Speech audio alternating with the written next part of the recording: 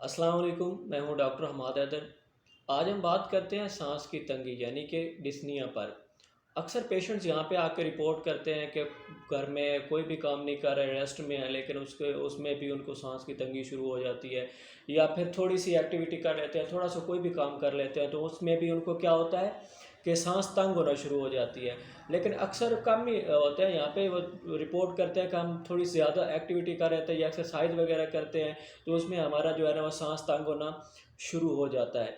तो इसके पीछे वजूहत क्या होती हैं और इनसे छुटकारा कैसे हासिल किया जा सकता है? क्या क्या ऐसे रिलीविंग फैक्टर्स होते हैं या रिलीविंग एक्टिविटीज़ हो सकती हैं जो हम घर पे कर सकते हैं? असल में पहले देखते हैं कि डिस्निया होता क्या है, यानी शॉर्ट टर्म मेमोरी जो सांस की तंगी है, ये होती क्या है। ये कोई भी ऐसी कोई प्रॉपर डिजीज़ नहीं है, स्पेसिफिक कोई बीमारी नहीं है ख़ास। ये एक सिर्फ सिम्टम है, ये अलामत है। उसके पीछे कोई भी आपका इशू हो सकता है, कोई पल्मोनरी इशू हो सकता है, जैसे कि एक्यूट पल्मोनरी एडिमा होता है, या फिर आपके हार्ट का इशू हो सकता है, दिल की कोई बीमारी हो सकती है, या फिर वो हार्ट की बीमारी में फिर आगे आ जाता है इंजाइना, या फिर मायोकार्डियल इन्फार्क्शन, वो उसकी कोई भी वजह हो सकती है। इसमें हम देखते हैं, इसकी वजूहत से पहले हम देखते हैं कि इसमें ना ग्रेडिंग की जाती है। 4 ग्रेड्स होते हैं जिनकी बिना पे हमें पता चलता है कि हमारी जो सांस की तंगी है वो किस लेवल की है। सबसे पहला ग्रेड ये होता है कि उसमें कोई सांस की तंगी नहीं होती, नो ब्रीथलेसनेस। दूसरा जो इसका ग्रेड है उसमें ये होता है कि आप थोड़ी सी ज़्यादा एक्टिविटी कर लेते हैं, जो कि सीवियर एक्सर्शन में जाके थोड़ी सी ज़्यादा जैसे एक्सरसाइज वगैरह करते हैं, तो उस वक्त आपकी सांस तंग होना शुरू हो जाती है।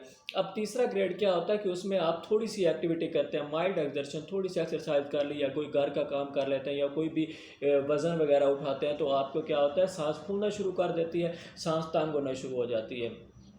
जो लास्ट ग्रेड इसका होता है उसमें ये होता है कि आप रेस्ट भी कर रहे हैं ना, बिल्कुल रेस्ट पे पड़े हैं, तो उस वक्त भी आपकी सांस तंग होना शुरू हो जाती है। अब इसके पीछे की वजूहत क्या होती हैं, कौन कौन सी ऐसी वजह है जिसकी वजह से हमारा सांस तंग होना शुरू हो जाता है, सांस फूलना शुरू हो जाता है, और ये मसला हमारे साथ क्यों होता है? इसकी मेन 3 वजूहत हैं। सबसे पहले एक्यूट पल्मोनरी एडिमा, जो आपके लंग्स का इशू होता है। उसके बाद इसमें आ जाता है एंजाइना इक्विवेलेंट, जो आपके हार्ट का इशू होता है, लेकिन ये एक स्पेसिफिक इशू है जो कि सिर्फ एक्टिविटी के साथ होता है। आप कोई भी एक्टिविटी करते हैं तो उस वक्त आपका सांस फूलना शुरू हो जाता है। और उसके बाद आपका होता है cardiac failure.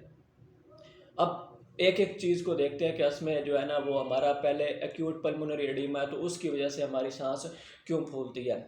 Acute pulmonary oedema के पीछे भी 2 वजूहत होती हैं।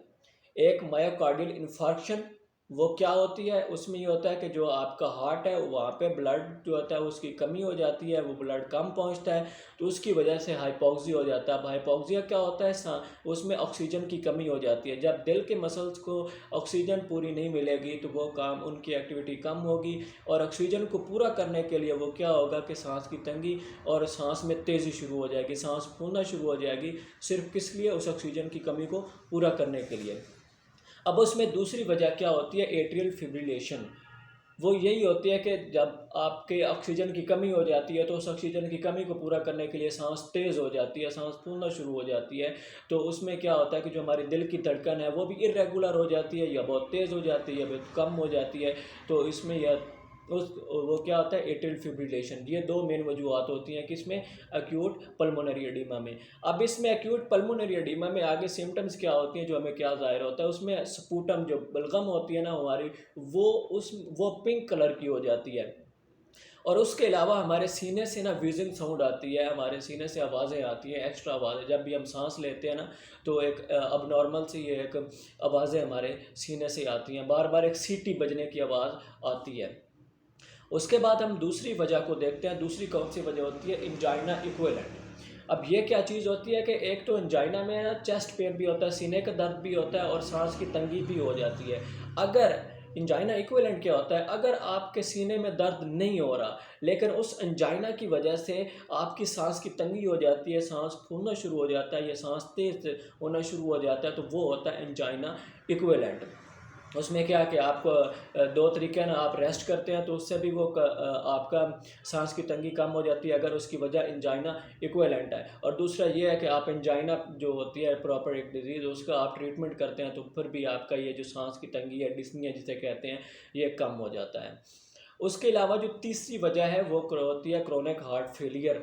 अब हार्ट फेलियर में फिर दो तरह की आगे होती हैं, यही सांस की तंगी की दो आगे अकसाम होती है, एक अर्थोनिया होती है और एक होती है प्रोक्सिमल नॉक्टर्नल डिस्निया। अब इन दोनों में डिफरेंस क्या है इसको देखते हैं। जो ऑर्थोनिया होती है ना, उसमें ये होता है कि आप जब भी सीधा लेटे हैं बेड पे या चारपाई पे, आप सीधा लेटे हुए हैं। अब सीधा लेटने में क्या होता है कि जो आपका वीनस रिटर्न है वो तेज़ हो जाता है ऊपर की तरफ, हार्ट की तरफ, ठीक है। जब वो तेज़ हो जाता है तो उसकी वजह से ऑक्सीजन की कमी हो जाती है। ऑक्सीजन की कमी की वजह से आपकी सांस फूलना शुरू हो जाती है, आपकी सांस तंग होना शुरू हो जाती है। अब इसमें आपने करना क्या होता है, अगर आपको लेटते हुए सांस तंग हो गई है, सांस फूलना शुरू हो गया, तो आपने क्या करना है, उठ के बैठ जाना है या फिर खड़े हो जाना है। उससे ये होगा कि आपकी सांस की तंगी दूर हो जाएगी, आपकी सांस की तंगी ख़त्म हो जाएगी। अब दूसरी वजह क्या है कि उसमें जो हमने देखा कि प्रोक्सिमल नॉक्टर्नल डिस्निया होता है, वो ये होता है कि जब आप रात को सोते हैं तो सोने के बाद आधे घंटे या मैक्सिमम 2 घंटे के बाद, आधे घंटे से, इसका टाइम ड्यूरेशन क्या है, आधे घंटे से 2 घंटे के बाद आपकी सांस तंग होना शुरू हो जाती है, सांस फूलना शुरू हो जाती है। तो उसमें आपने क्या करना होता है कि आपने फिर उसी तरह जैसे पहले मैंने आपको बताया कि आपने उठ के बैठ जाना है या फिर खड़े हो जाना है। तो आपका क्या होगा, वो सांस की तंगी ठीक हो जाएगी, आप जो है ना वो आपकी ब्रीदिंग जो होगी, सांस जो होगी वो दोबारा नॉर्मल हो जाएगी। तो ये हमारे पास था सांस की तंगी का पूरा हमने टॉपिक डिस्कस किया। तो इसके अलावा आज के लिए इतना ही काफ़ी। तो इंशाल्लाह बाकी जो है वो नेक्स्ट वीडियो में। तब तक के लिए अल्लाह हाफ़िज़, फ़ी अमानिल्लाह।